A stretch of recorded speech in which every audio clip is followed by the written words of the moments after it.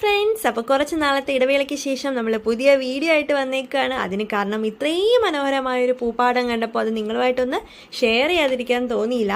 അപ്പോൾ ഇത്രയും വിശാലമായൊരു ജമന്തിപ്പാടം കാണുമ്പോൾ നിങ്ങളെല്ലാവരും വിചാരിക്കും ഇത് തമിഴ്നാട്ടിലെ തോവാളയോ അതോ കർണാടകയോ അല്ലെങ്കിൽ മറ്റേതെങ്കിലും സംസ്ഥാനമാണെന്ന് വിചാരിക്കും. പക്ഷെ ഒന്നുമല്ല, ഇത് നമ്മുടെ കൊച്ചു കേരളത്തിലാണ് ഇത്രയും മനോഹരമായ ഒരു ജമന്തിപ്പൂപ്പാടം കാണാൻ സാധിച്ചത്. വളരെ യാദൃശ്ചികമായി കണ്ടതാണ്.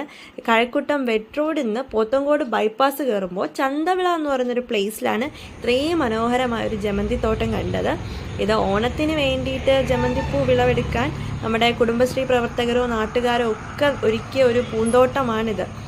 അപ്പോൾ ഇതിൻ്റെ വിളവെടുപ്പ് കഴിഞ്ഞിട്ടില്ല എന്ന് തോന്നുന്നു. വളരെ ബ്യൂട്ടിഫുൾ ആണ്. ഒരുപാട് പേര് ഇവിടെ നിർത്തി ഫോട്ടോ എടുക്കുകയും ആ മനോഹരമായ കാഴ്ച ആസ്വദിക്കുകയൊക്കെ ചെയ്യുകയുണ്ടായി.